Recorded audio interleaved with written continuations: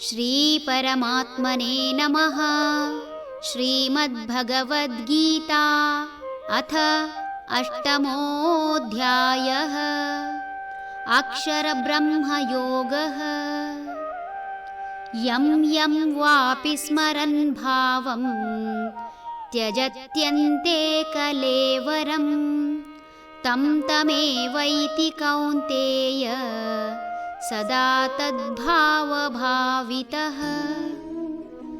ಹೇ ಕೌಂತೆಯ, ಸಾಯುವ ಸಮಯದಲ್ಲಿ ಯಾವ ಭಾವದಿಂದ ವಿಷಯವನ್ನು ಸ್ಮರಿಸುತ್ತಾ ದೇಹವನ್ನು ತ್ಯಜಿಸುವನೋ ಯಾವಾಗಲೂ ಅದೇ ಸ್ಥಿತಿಯಲ್ಲಿದ್ದು ಅದನ್ನೇ ಸೇರುತ್ತಾನೆ. ಈ ಮೊದಲೇ ಹೇಳಿದಂತೆ ಮನುಷ್ಯನ ದೃಢ ನಿರ್ಧಾರವೇ ಆತನನ್ನು ಮುನ್ನಡೆಸುವ ನೌಕೆ.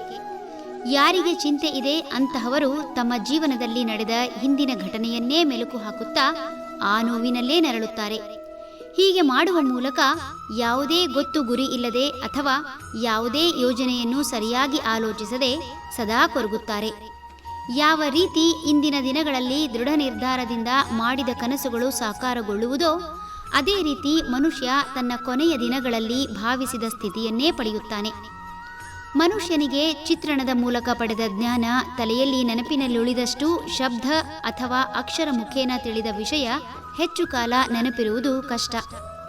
ತನಗೆ ಬುದ್ಧಿ ಬಂದಾಗಿನಿಂದ ಇಲ್ಲಿಯವರೆಗಿನ ಘಟನೆಯನ್ನು ಚಾಚೂ ತಪ್ಪದೇ ವಿವರಿಸಬಲ್ಲ ಅಥವಾ ತಾನು ನೋಡಿದ ಎಲ್ಲಾ ಚಿತ್ರಗಳ ಕಥೆಯನ್ನೂ ಹೇಳಬಲ್ಲ.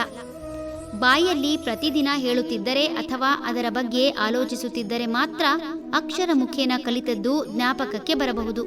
ಆದರೆ ಚಿತ್ರದ ಮೂಲಕ ಪಡೆದ ಜ್ಞಾನ ಪ್ರತಿದಿನ ಇದನ್ನು ಮನನ ಮಾಡದಿದ್ದರೂ ಸಾಂದರ್ಭಿಕವಾಗಿ ಮನಸ್ಸಿನಲ್ಲಿ ಹೊಳೆಯುವುದು ಸಹಜ. ಯೋಜನೆಗಳನ್ನು ಕೇವಲ ಅಕ್ಷರಗಳಲ್ಲಿ ಬರೆಯುವುದಕ್ಕಿಂತ ತಲೆಯಲ್ಲಿ ತನ್ನ ಕನಸುಗಳನ್ನು ಚಿತ್ರರೂಪದಲ್ಲಿ ಚಿತ್ರಿಸಿದರೆ ಆ ಕ್ಷಣವೇ ಆತನ ದೃಷ್ಟಿಕೋನ ಬದಲಾಗುತ್ತದೆ. ಅದು ಈ ಜನ್ಮದಲ್ಲೂ ಮತ್ತು ಜನ್ಮ ಜನ್ಮಾಂತರಗಳಲ್ಲೂ ಸಹಾಯಕ್ಕೆ ಬರುತ್ತದೆ.